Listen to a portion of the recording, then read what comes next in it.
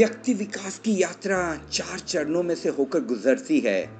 पहला चरण है नकारात्मकता, दूसरा चरण है सकारात्मकता, तीसरा है नकारात्मकता से सकारात्मकता के बीच संतुलन कायम करना, और चौथा है तीनों चरणों से मुक्ति अर्थात साक्षी भाव में स्थित हो जाना, जिसको अध्यात्म के ऋषियों ने मोक्ष, निर्वाण या बुद्धत्व कहा है। अक्सर हमारे भीतर मस्तिष्क में ये विचार कौंधता है कि ईश्वर ने सारे इंसानों को अच्छा क्यों नहीं बनाया, क्यों इस संसार में बुराई को स्थान दिया, क्या सब जगह फूल ही फूल नहीं होने चाहिए, कांटों की क्या आवश्यकता थी, क्यों जीवन में सभी को सुख उपलब्ध नहीं, क्या मनुष्य को दुखी करना ईश्वर का कोई औचित्य या तो कोई मकसद था, क्या ईश्वर ने सभी को अमीर क्यों नहीं बनाया, गरीबी से त्रस्त लोगों की क्या ईश्वर ने वास्तविक कल्पना की होगी।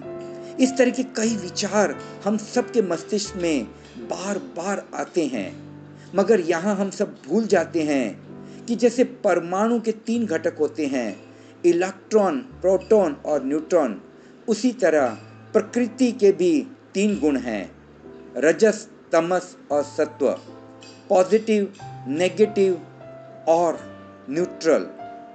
रजस की उपस्थिति तमस के बिना हो नहीं सकती, नेगेटिव के बिना पॉजिटिव यानी विधायक हो नहीं सकता, तमस है इनर्शिया जो स्थिरता का तत्व है, जबकि रजस गति का प्रतीक है।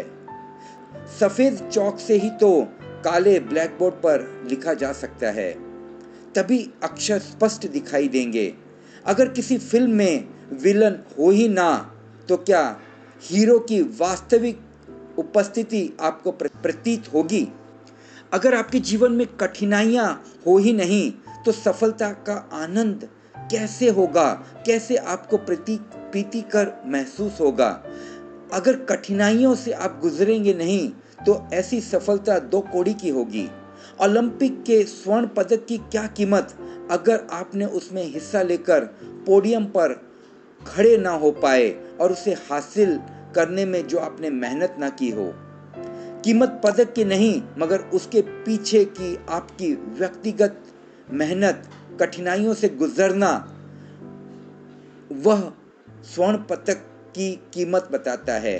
ये कहना कि ईश्वर की प्रकृति में सब जगह सकारात्मकता ही होगी, तब फिर ऐसी सकारात्मकता बोरिंग यानी बेहोशी भरी होगी, और एक ऐसा जीवन जिसमें आप सिर्फ सुख की ही कल्पना करो, दुख जिसमें हो ही नहीं, वहां कैसे जीवन का आनंद आप ले पाएंगे, सजगता को कैसे आप जीवन में ले पाएंगे, कैसे आप अपनी कमियों को ढूंढेंगे, विश्लेषण कर पाएंगे, और एक सार्थक परिवर्तन आप अपने जीवन में कैसे लेकर आ सकेंगे। और फिर ऐसी सफलता तो किसी काम की ना होगी जिसमें संघर्ष ही ना हो। क्या ऐसा जीवन वास्तव में आपको जीवन रूपांतरण की ओर ले जाएगा?